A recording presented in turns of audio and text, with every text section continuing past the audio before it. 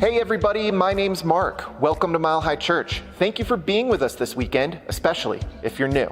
Our vision, Oneness Revealed, a world of love, peace, and abundance for all. And our mission, to serve as a spiritual beacon for personal empowerment and global enlightenment. Before we get started today, we wanted to give you a look at a few things coming up for you and your family around Mile High Church. Build a strong spiritual foundation with Beyond Limits, an 8-week class with Josh Reeves. You'll learn practical tools to improve your faith, relationships, finances, health, and overall well-being. Class starts tomorrow.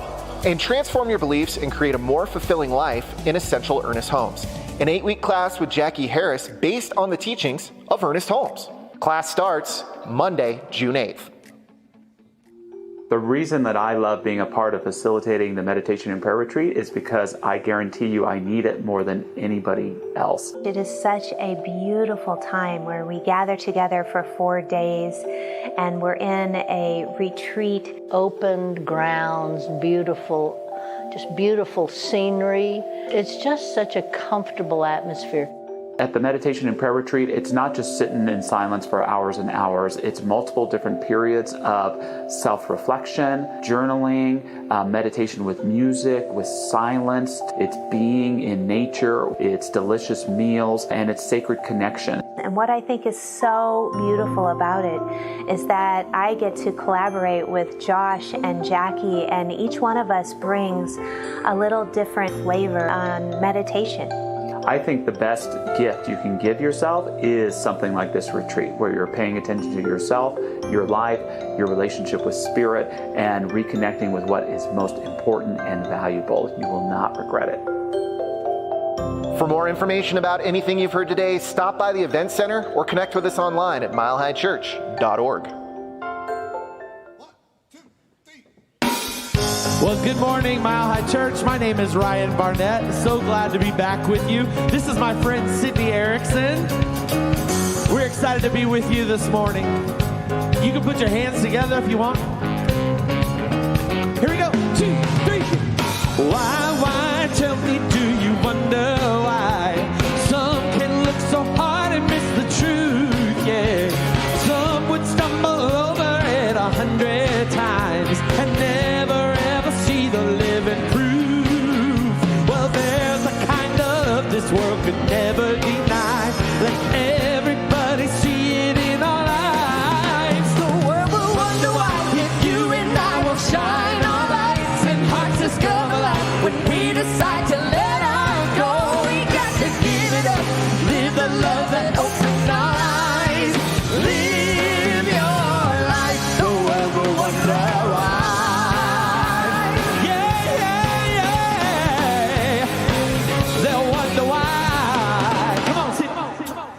Why someone try and tell me why we would want it any other way, yeah. A heart could change before our very eyes. Well, I've seen the difference that love can make.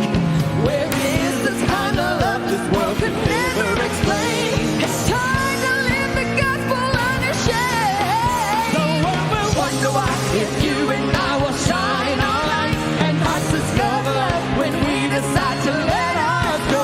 We got to give it up. Live the love that opens our eyes. Live your life. The world will wonder why. Oh, yes, they will.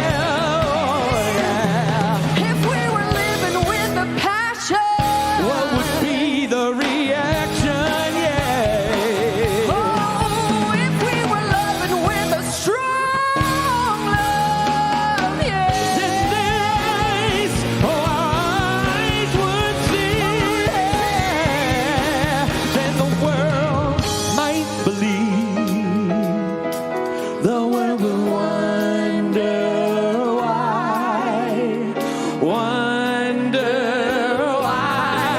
The world will wonder why when you and I will shine our light and hearts discover when we decide to let ours go. We got to give it up and live the love that opens our eyes. Live your life. The world will wonder why. Oh, yes, they will.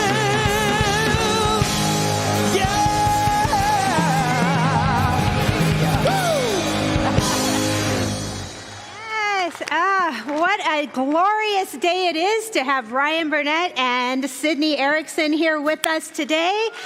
Whew, we're living our light, and today is all about saturating in grace. So welcome to Mile High Church. I hope that as you are here in our sanctuary today, that you leave with a deepening sense of the grace that is all around us. And when I was thinking about how do we get into this essence of grace, I thought, what better way than with a little bit of silly joke? So I thought, how about this one? What do you call a chicken that moves ever so gracefully? Poultry in motion. So, did it work? Did it work? It worked. So as we gather today in grace, I wanted to share with you from the Science of Mind textbook. Ernest Holmes has a beautiful definition of grace. He says, grace is the givingness of spirit to its creation. It is not a special law, but a specialized one. In other words, grace is, but we need to recognize it.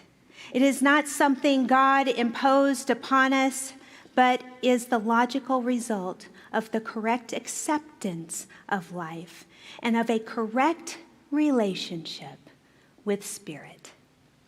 And so this morning, I invite you, as we move into silence and meditation and prayer, to consider your relationship with spirit and how you invite grace into your own heart and into your own life. Let's turn within.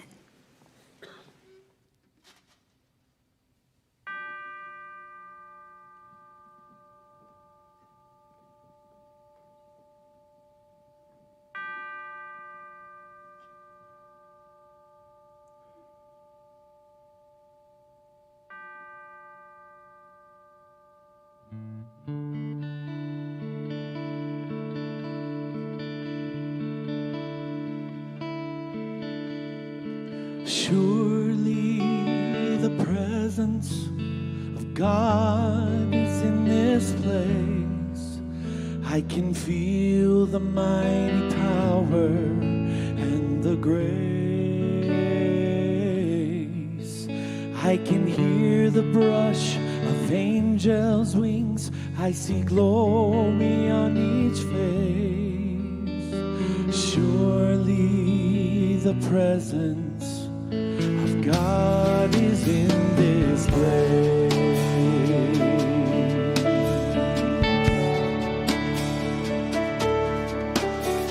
Surely the presence of God is in this place.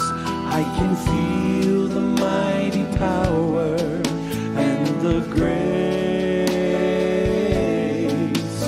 I can hear the brush of angels' wings. I see glory on each face. Surely the presence of God is in this place.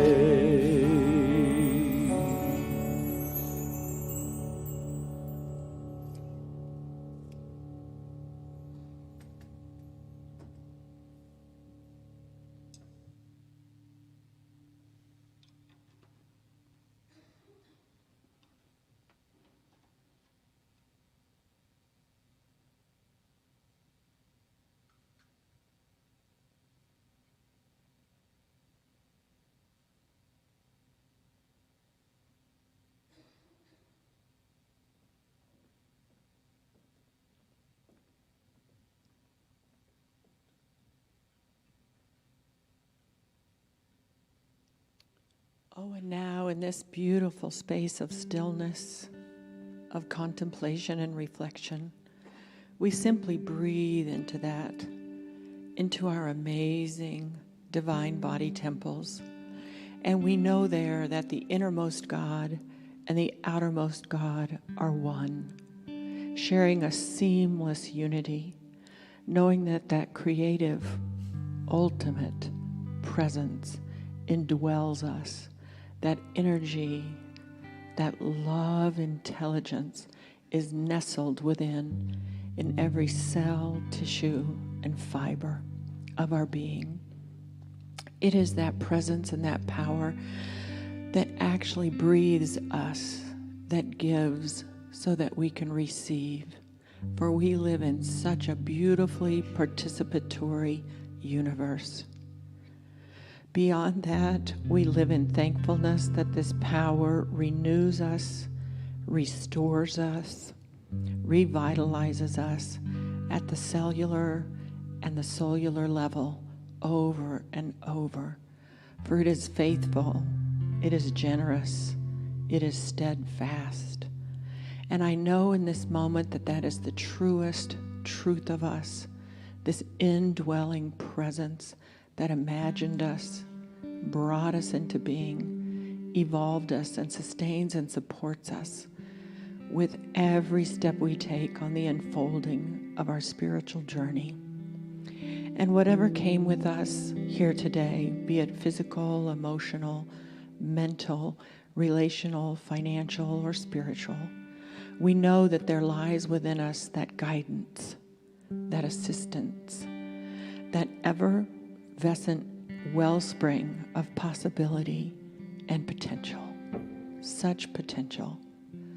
And I speak now a word of gratitude for the way this awesomeness works, that we are so intimately, ineffably enmeshed with all that is the all of us. So in this attitude of great thanksgiving, great gratitude, we simply release this, knowing and feeling the truth of it, the potential and the opportunity of it, knowing that it is done and dusted, as we simply say together, and so it is. Amen.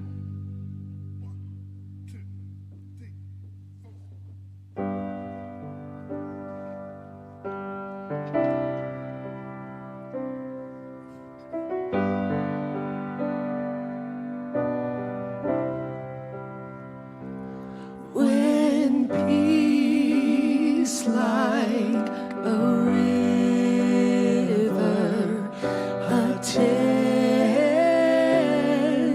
my way, when sorrows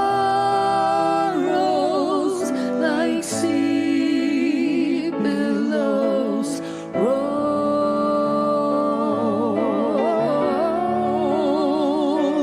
whatever may come, I always will say, it is well with my soul.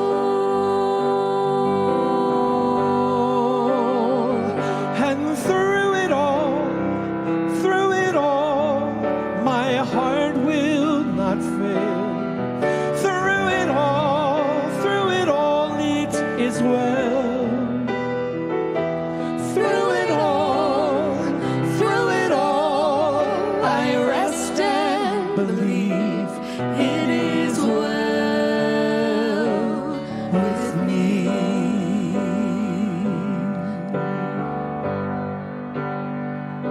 So let go, my soul, of every fear, knowing peace still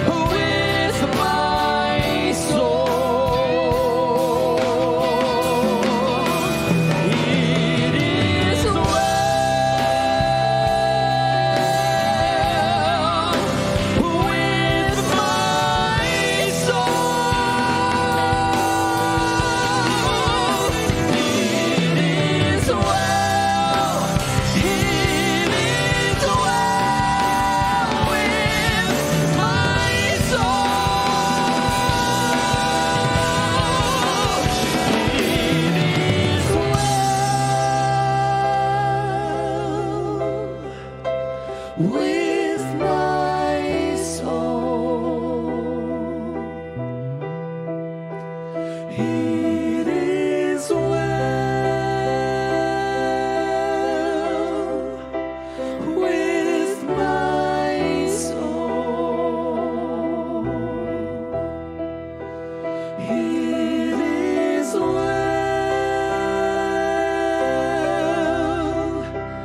with my soul. It is well. It is well with my soul.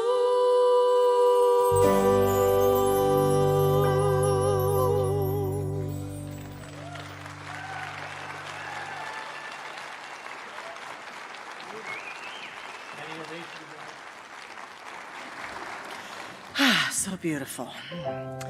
We have a couple of quotes, readings today to support Reverend Zemirah's message.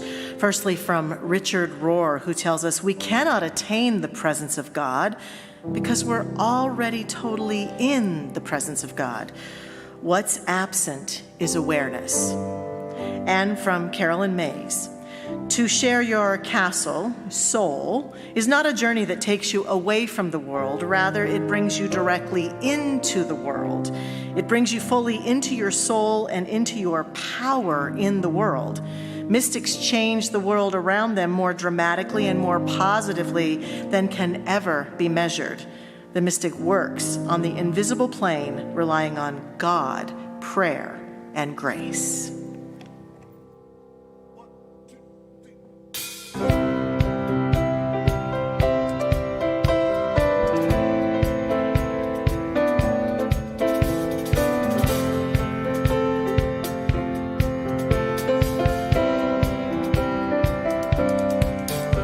Lay your head down tonight, take a rest from the fight. Don't try to figure it out. Just listen to what I'm whispering to your heart. 'Cause I know this is not anything like you thought the story of your life was gonna be. And it feels like the end has started closing in on you, but it's just not true. There's so much of the story that's still yet to unfold, and this is going to be a glorious unfolding. Just you wait and see, and you will be amazed. You've just got to believe your story is so far from over.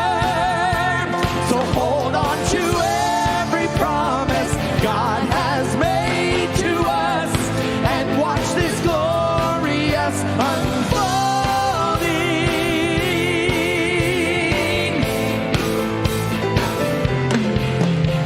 God's plan from the start for this world and our hearts has been to show glory and grace, forever revealing the depth and the beauty of unfailing love. And the story has only begun, and this is going to be a glorious unfolding. Just you wait and see, and you will be amazed. You've just got to believe your story is so far from over. So hold on to every promise God has made to us, and watch this glorious unfolding.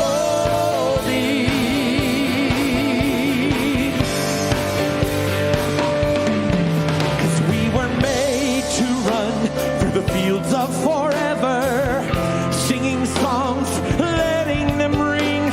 So let us remember this life that we're living is just the beginning of the beginning of this glorious unfolding. Just you wait and see.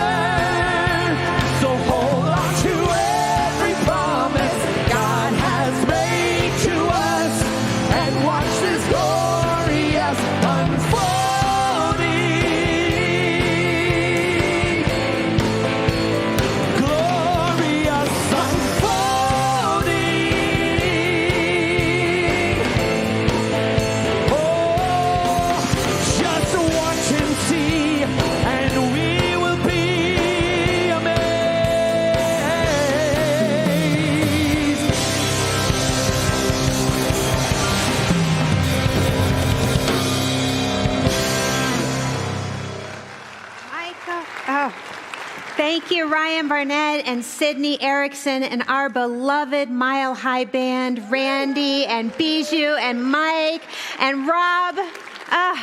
Glorious unfolding they all are.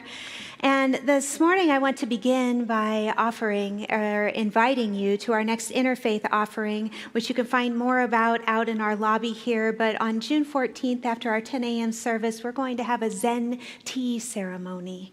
And we have invited Greg Fellman from the Zendo, the Zen Center of Denver, to offer us this Cha Dao special ceremony. There will be treats of the same nature that go along with this, and space is limited, so I hope you will consider registering and joining us for that ceremony that day.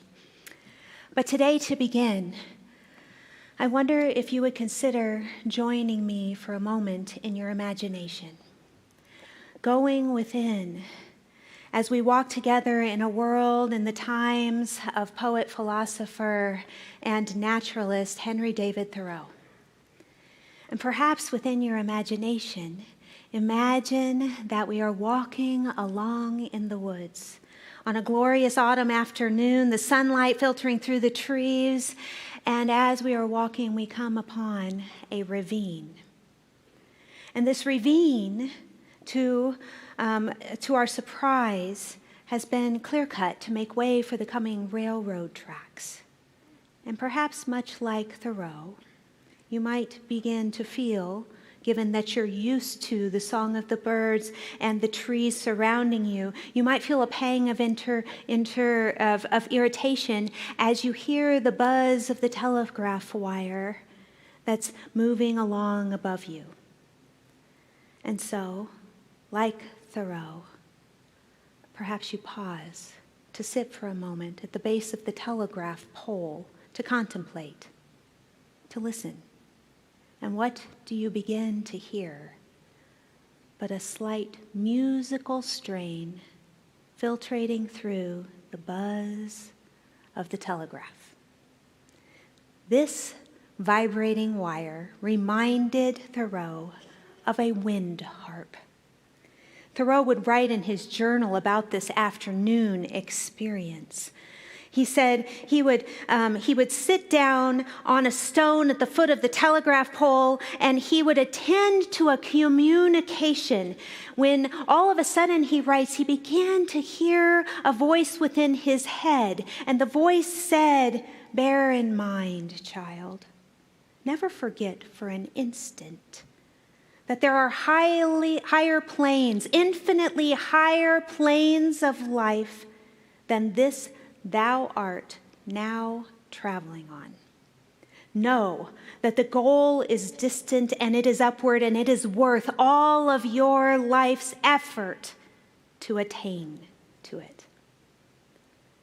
Thoreau's legacy includes some 2 million words written in 24-year span in journals that we now have that share his experience. And many of those words express grief over his feeling that the trees and the birds were being sacrificed and disappearing as modernity was clear-cutting a path through his beloved natural world.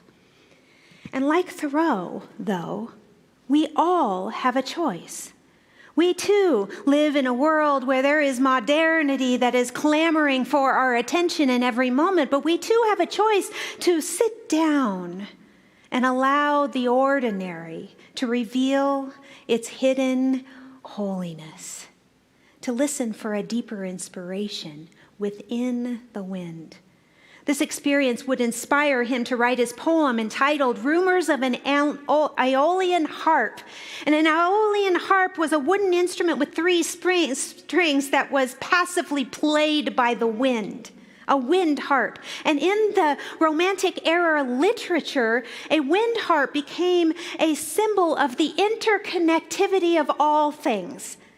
So, like Thoreau, all of us can allow the messages of the divine to reveal through the daily ordinary a deeper meaning. We can become that wind harp when we pause long enough to allow ourselves to be played by the winds of divine guidance that come through our spiritual practices. to allow ourselves to be played by the winds of devotional texts when we engage in contemplation.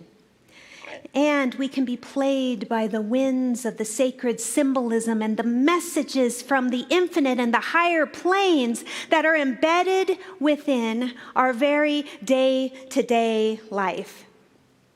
These are visitations of the holy ordinary. These are the touch points of grace that awaken us to a deeper reality of life. And so today we are exploring together how we can build resilience and spiritual fortitude within ourselves in times when it feels so dark, in times of tempest, in times of upheaval, change, transition, in times when we together here are actively calling forth a new world, but yet on the physical plane, it hasn't quite emerged, synergized, or taken form quite yet. Our walk with Thoreau illuminates our topic, the holy ordinary. And this talk was inspired by a book that found me at exactly the right moment. I was walking through the airport, getting ready to go on vacation and pilgrimage to Mexico, when this title reached out and grabbed me from off the shelf. Ever happened to you? And then it had to come home with me. It had to come home with me. It's entitled The Glorians, Visitations from the Holy Ordinary, and it's just been released by Terry Tempest Williams. And in this book, it is not a particularly easy read, as it brings to the forefront the ripple effects of the pandemic, of wars, of desecration of our natural beloved world, of the injustice woven through every layer of our human and more than human lives. But it's a very important read, because Terry Tempest Williams does what the great writers do. She walks straight into the darkness and finds hidden there the light that is never extinguished. Mythologist Michael Meade, who's known for blending ancient myth and anthropology and psychology, he teaches us that as we are living in a time where the underlying tensions of life are being revealed and becoming more evident, brought to the surface, more tension everywhere, almost any issue, he says, can divide us. We are called then to seek a deeper kind of unity under the tension between dark and light, between time and timelessness. We are called to seek something greater, that hidden unity. He says that as we move through these times, if we haven't cultivated this deeper awareness of this unity within ourselves and understand this connection with something greater, he says when times get rough, then we tend to fall back and within ourselves, into ourselves. And if we haven't cultivated this strength, we can begin to feel lost inside as well as outside. You know, sometimes I feel this way in my own life. I wake up and I feel like my soul has been cauterized almost, as if my capacity to register, to feel, to integrate the world around me has been quietly sealed off in protection against pain, against threat. And there's so many fires all around. And my prayer often is, please allow me to feel meaning and depth, touch of grace today in my life. Tempest Williams addresses these times of darkness by heralding forth what she refers to as the Glorians.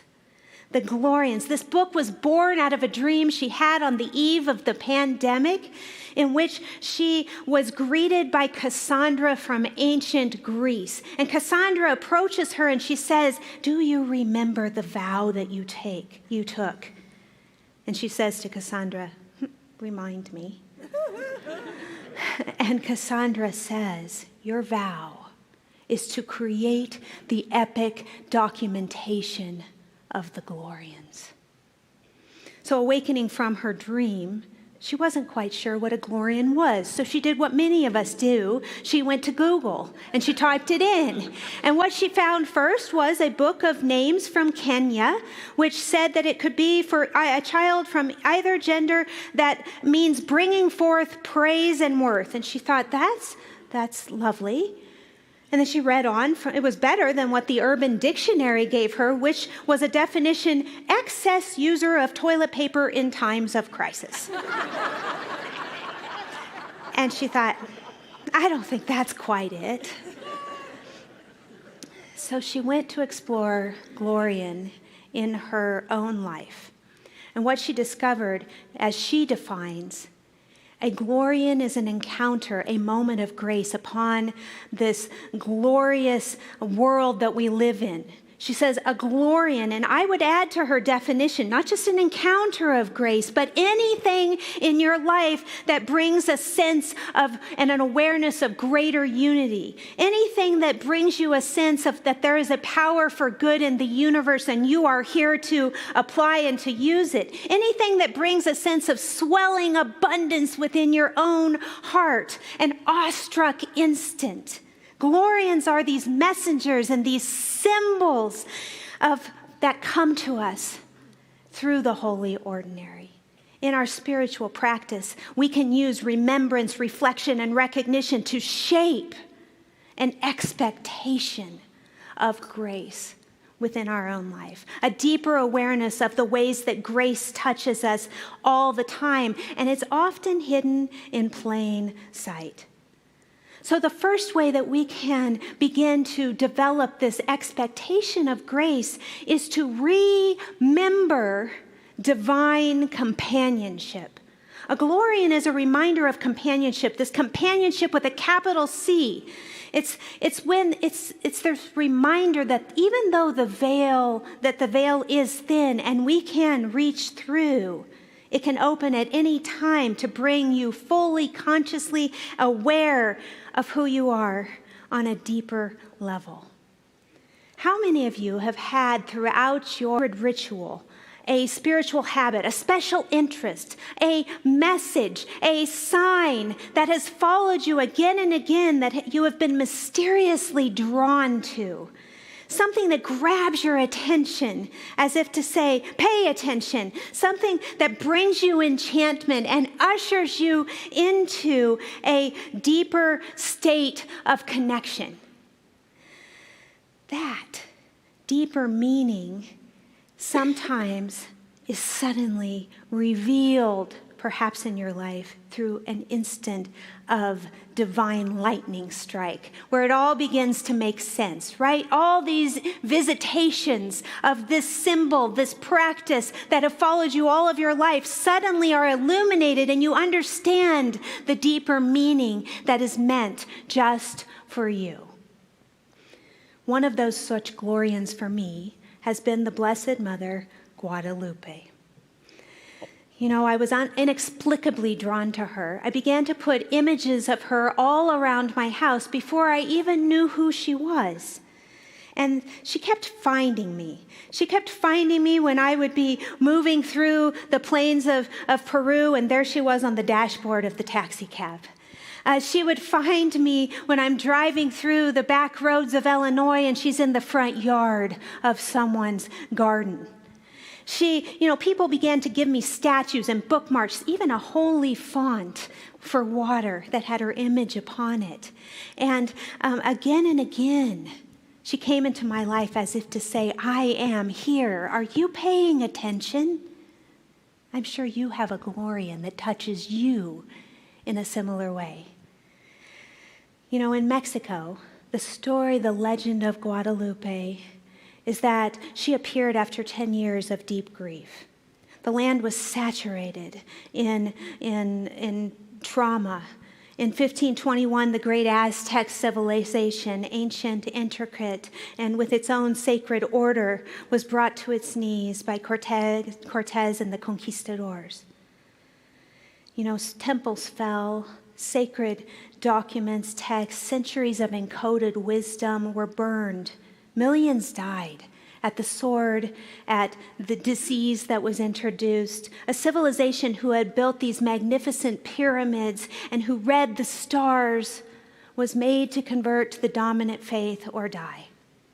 And then, on a cold morning in 1531, an Aztec man whose Christian name was Juan Diego was crossing this rocky, barren hill, a hill where once stood a temple in honor of the Aztec goddess Tonantzin, the hill of Tepeyac. And he was crossing this hill, this ancient site of reverence for the Divine Mother, for the Aztec Earth Mother, for the nurturer of life. And on top of that hill, he began to hear a celestial music. And a radiant woman appeared to him. She spoke in Nahuatl, his own native language, and she called herself the Mother. She said, "Am I not your mother?" And she made a simple request to him. She says, "Build me a home, a sanctuary here on this hill." When he went to the bishop wanted proof. And so he returned to the hill a few days later, and the radiant woman appeared to him again, and she said, "Here, take these roses, gather some roses to show to the bishop." And he thought, "What roses? This is winter." And he looked over to the side, and there, growing on the side of the hill, were Castilian roses, roses from Spain. He gathered them into his tilma, his Aztec agave fiber cloak, and he went down, and when he stooped before the bishop, he opened his tilma, and there upon the tilma was this image of the Divine Mother. And out fell these roses at the bishop's feet, and he understood in that moment. This tilma, in and of itself, was a message, a uniting factor for all of the civilization of that time, because her cloak was turquoise, the color that the Aztecs reserved solely for gods and kings. Her cloak was scattered with stars. Astronomers later identified that these stars were arranged in the constellations that were present in the sky over Mexico City at that precise moment at 6:45 in the morning, not 10 minutes later, not 10 minutes before, but that moment when he opened his cloak. And she wore the sky like a shawl all around her. In the middle, over her womb, was a Nahui Olin, a four-petaled Aztec glyph for the center of the cosmos, announcing something new is being born here. Beneath her feet, the moon, and she eclipsed the sun in peace. She had not come to erase. She had come to remember, to unite, to weave prayers and grief into a shared faith that would make a new world in that part of the world possible in that time. Earlier this spring, I had the absolute amazing opportunity to go on pilgrimage to the beloved Basilica in Mexico City with my dear friends, Dorothy and Pete, and my beloved partner, Andrew.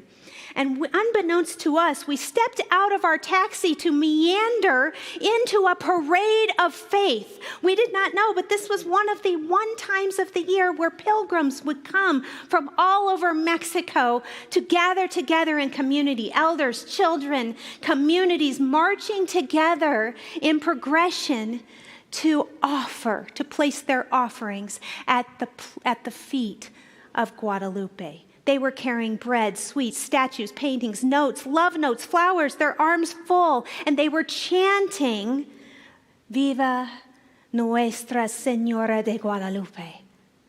They were singing one voice, one song, La Guadalupana, together.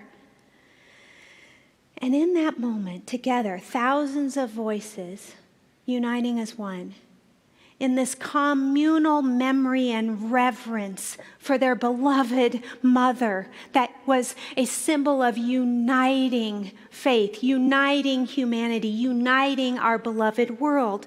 And we stood in the middle of it, and I felt moved by something I can only describe as remembering, because in the base of I felt it like in my whole body, that there was this sense of, in that parade of faith, we were being gathered back into something much deeper. something that we have always known. It was remembering in community. This is companionship with a capital C, not with just each other, but with the cosmos itself. A sense that the universe is always conspiring to bring us home to ourselves. Glorians support you in the companionship of your own soul. So take your heart on a walk and see what you find. What Glorians are there to give you message. You are never, not for one single second, walking alone. This brings us to the second way we shape an awareness and expectation of grace, and this is through seeing that the dark times and the dark places in our life, those deep places of pain, are the greatest portals, invitations of a deeper grace, where we can become greater reflectors of light, should we meet ourselves and meet the challenge in the dark. Clarissa Pinkola Estes writes in her book, Untying the Strong Woman, Our Lady of Guadalupe grows her strongest roses in the earthly ground where she is most needed, amongst the horns honking and the ambulances careening, children crying out in joy and pain. She says, she joins us amongst all the people groaning and dancing and making love, the trochee-mokey, every which way of humanity, whose singing sounds, works, and actions are part of the exact basis for the harmonious cacophony, the music of the cosmos. She does not come to the sanitized places, writes Estes. She does not wait for us to have it all together. She grows her roses in the noise, in the grief, in the beautiful, unbearable mess of human life, in the midst of the ordinary. Terry Tempest Williams offers us a Glorian that speaks to this very meeting of the darkness in order to begin to reflect the light. She talks about the moonflower, the datura, which Georgia O'Keeffe painted so beautifully in her garden of flowers. The moonflower does not bloom at high noon in the midst of the light. It waits for twilight. It opens slowly and deliberately within the dark. And then at its moment of fullest opening, it releases what Williams calls a powerful pop of perfume into the night. My great-grandmother had a moonflower vine. She grew it alongside her back porch. And in the summer months, we would drag our lawn chairs out and circle around that vine. And we would sit there and wait a long time as a child, long time, for the sun to set. Because as the sun would set, oh, what a magnificent moment it was when the flower would pop open. And as a child, you'd be like, I caught it. I saw it. Did you see it? And there it was, open to the night, unapologetic, completely alive. That's what reflect asks of us. Not to rush toward the light, not to perform having it all together, but to trust the unfurling, to inhabit the dark places of our lives, fully, honestly, and without fleeing, so that we can bloom more completely, so that we can become like the moon that Guadalupe stood upon, reflections of light that is always there. When we stop fighting the dark and lean in with faith and trust, loosening our grip on how we think things must be, should be, surrender to how grace is actually moving. The more we practice this, the more we let go, the more we give permission and become reflections of light to the world around us. This is the gift of reflection. Finally, we shape an expectation and a deeper awareness of grace by recognizing the divine, by recognizing. This involves honoring your very own soul for the Glorian that it is, for the Glorian that you are in the world around you. You too serve as a Glorian. You know, you may think your act of kindness goes unnoticed, but it doesn't to the one on the other end of it. That smile across the train, that gift of sharing your art in just a special way. Your soul has a magnificent impact on the universe. And more often than not, we can't conceive of it from this angle. I fell asleep a few nights ago reading the book Guided by Lauren Lynn Jackson. It's featured in our June book club here. And she was telling the story of an episode from the British series Doctor Who, in which the Doctor travels back in time and brings the famously tormented Van Gogh forward in time to 2010 to visit the Musée d'Orsay in Paris.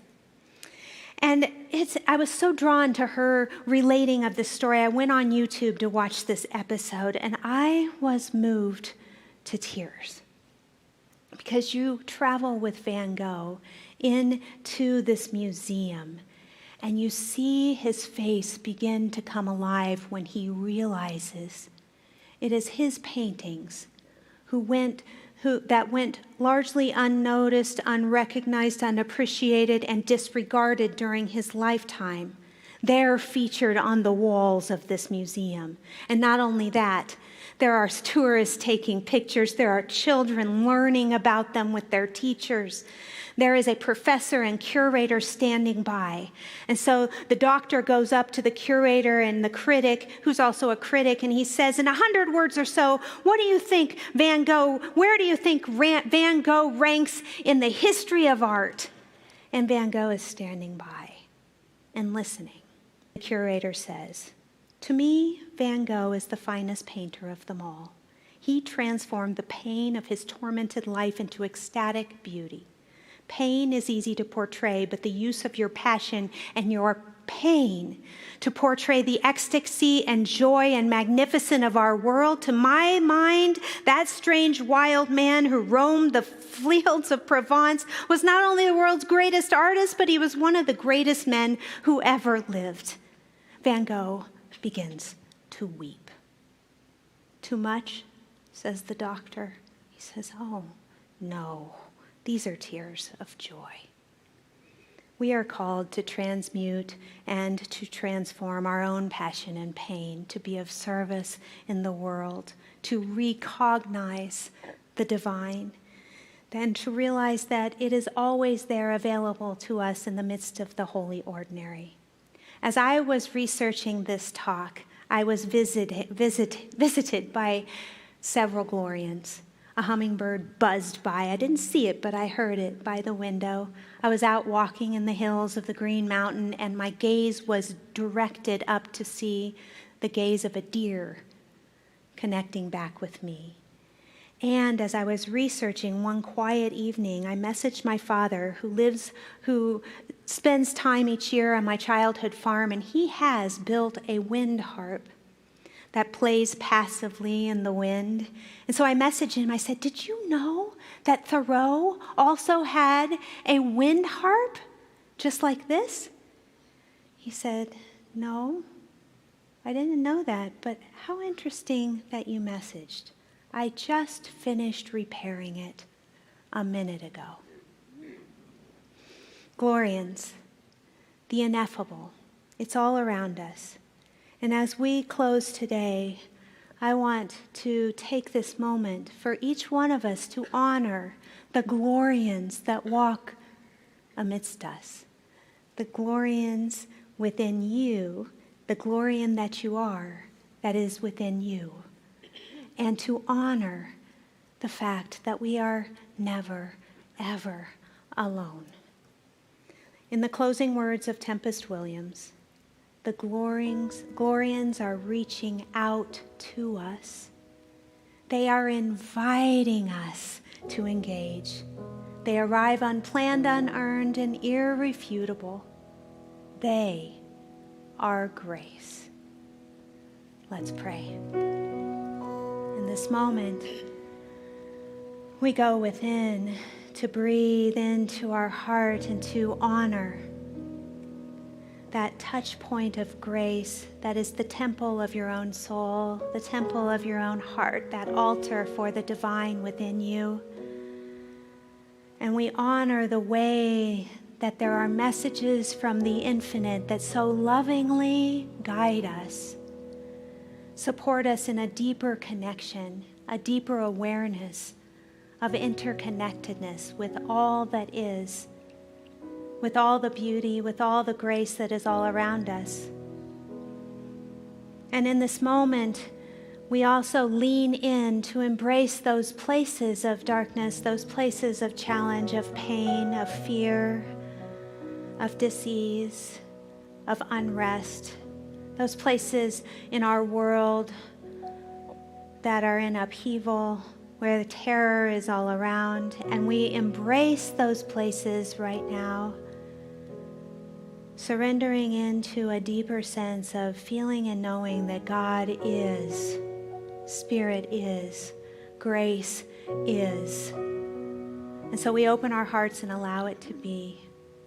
And it is with a deeper sense of thanksgiving that we give thanks for every walk of faith that takes us deeper into trust. May we all be part of a greater parade of faith that is the unification of our human and other than human world, our beloved planet. We send love, we send grace, and we open to the light.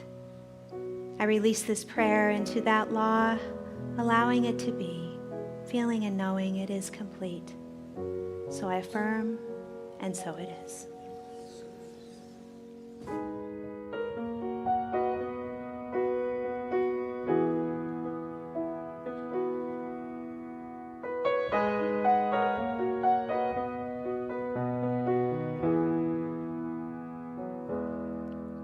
When my mind is like a battlefield, my heart is overcome by fear, and hope seems like a ship that's lost at sea. My enemies on every side, I'm tempted to run and hide. Your gentle whisper reaches out to me.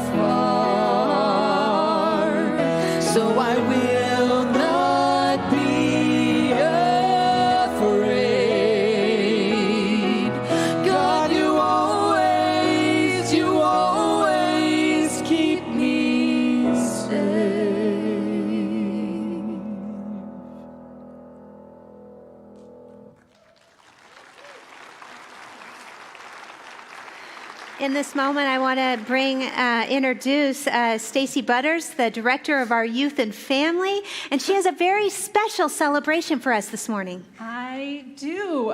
We are celebrating the end of the school year and the start of summer vacation. And that time also comes when we can honor our high school graduates and we get to impart some scholarships. So I'm very proud of our scholarship program. We changed this a few years ago. Scholarship can be used for a traditional higher ed. It could be used for vocational. It could be used for an entrepreneurial opportunity or just to pursue a dream.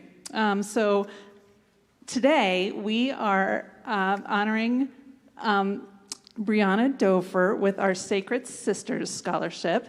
The Sacred Sisters Scholarship is given to an individual who has really committed to deepening and pursuing their spiritual path. So let me tell you a few things about Brianna. We have known her since she was a little tyke. She has been in our classes. She was in our choir, our youth choir. She has been to all of our camps, really. And beyond that, has even come back and now volunteers with the younger kids at our camps. But one of the things I especially appreciate is that that camp in Oregon, the teen camp that we send kids to, when you go out and you help support our pancake breakfast, this is what that is providing, opportunities for people like Brianna to go and really have that immersive experience at teen camp. She leads with her heart. She's amazing. I'm going to let her tell you what she's going to do next and some of her thoughts about her time here. All right, Brianna. Okay.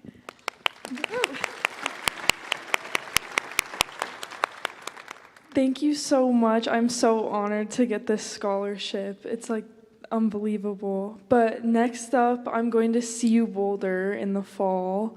So I'm super excited for that. Yes, and going back to what she said about the CSL camp in Oregon, that camp was probably one of the best experiences of my life. That's like, there's no other place I've felt so safe. Like, you can be yourself. It taught me to never judge anyone, for you never know what they're going through, and just to have respect and kindness for everyone. So, yes, I'm just so grateful to be here and to keep the messages going. Thank you. Please give it up for Brianna. Thank you so much. And, you know, in this moment, what a celebration, because it is through the support of all of you that you support our beloved youth program and all of our youth and all of these opportunities. So with that honoring of the circulation, let's declare together our offering affirmation. Divine love, as me, blesses and multiplies all that I am, all that I have, and all that I circulate. And so it is.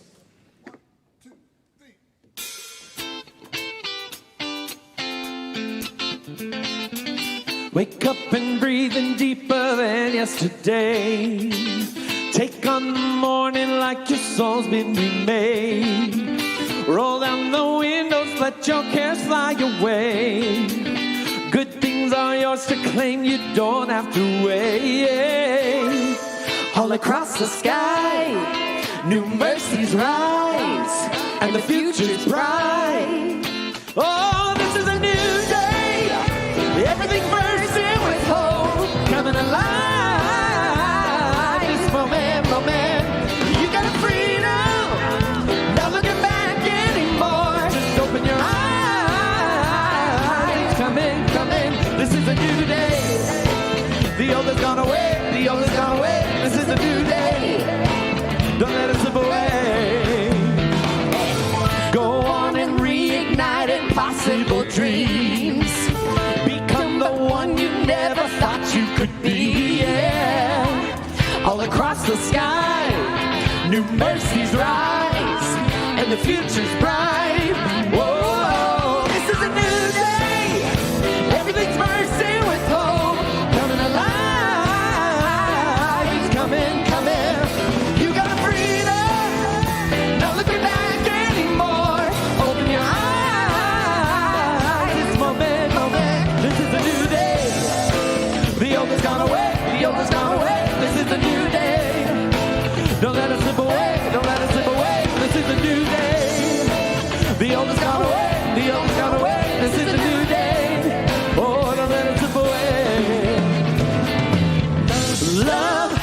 up on you. Love hasn't given up on you.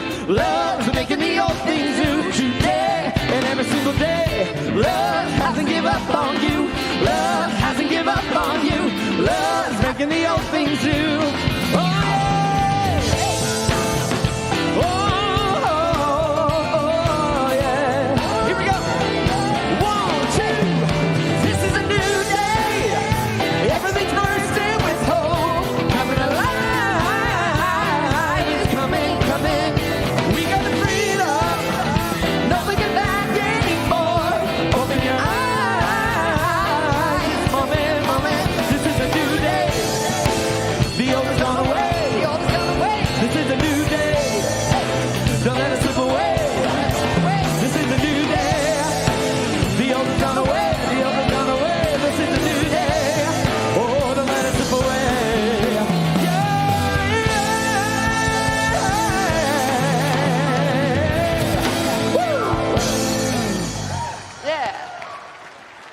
Thank you, Ryan and Sydney. Beautiful job. Thank you, thank you. Ryan has a table out in the lobby. You can go visit him there, find out more about how to get his music and have it in your life all week long. So we're so grateful for our beautiful music program here at Mile High Church. Well, if you are here for the first time, not only today, but through this whole month of May, if it's the first time you've ever come to Mile High Church, please know that we believe in the abundance of life, and we want to honor you and thank you in an abundant way. But in order to receive abundance, you've got to receive, right? So our ushers are standing right now because they have a special affirmation card that we've created with affirmations from our ministers just for those of you who are brand new this month of May. But to receive it, you got to let us know. You got to raise your hand, stand up, shake your booty, whatever it might be. All right, great. We've got some good receivers here, and our ushers are bringing those to you. We hope you will return many times, and thank you for joining us here at Mile High Church this May. And after the service, if you'd like support prayerfully, you can come down front. These wonderful practitioners are here to pray with you briefly before you leave today. It's a wonderful gift to give yourself. And before I turn this back over to Reverend Zemirah, I just want to put in a plug for our Inner Child Journey Workshop. It is happening this next Friday night and all day Saturday. I know it takes a lot of courage to be willing to go into an environment and work on your wounds from childhood and do some healing work and feel you can trust. But we create a wonderful, loving, safe environment where we're all working together, and we hope that you will join us. And I do have scholarships. So if you feel that the way you can do this is through a scholarship, I can tell you right now, you are pre-approved. Come and see me at the event center after the service, and I will make it happen, and we're going to have a great inner child journey this year. Thank you so much. Thank you so much, Michelle. And yes, that's great work in the world. And also today, right after this, there is an ice cream social. It's right outside. There's a food truck. And, you know, ice cream is not just for kids. It's for our inner child, too. So get out there and have some ice cream. Also, this week coming up, we have the Business Honoring Spirituality group. They are a wonderful group that allows you to meet other people who are doing spiritual-related, top-themed business in the world. I happen to be speaking at their lunch gathering this coming Thursday, and we're going to be talking about what to do when your business is blooming, but you feel like you need a little fertilizer. So I hope you'll join us for that. Also, you'll notice on Wednesday, June 10th, oh, wait, don't leave it yet. On June 10th, there's a Carousel and Labyrinth experience in the former Elish Gardens, and on Saturday, August 15th, they are having their 4th annual car show right here in the parking lot with vendors. Come and check it out. It's really a wonderful way to meet other people and to connect with this beloved group. Also, this Wednesday night for our midweek renewal for the month of June, I'm going to be guiding us through becoming the alchemist of your life. So if you would like to come for those 4 Wednesday nights and go to some deeper forgiveness practice, I hope you'll join me. So now let's all gather together. Please stand for the benediction. So you can repeat after me. I recognize that grace is within me. So I can share grace all around me. And so it is. Have a beloved week. Let there be peace on earth, and let it begin with me. Let there be peace on earth, the peace that was meant to be. With God as our power, family all our need. Let us walk with each other in perfect harmony. Let peace begin with me. Let this be my moment now. With every step I take, let this be my joyous vow. To take each moment and live each moment in peace eternally. Let there be peace on earth, and let it begin with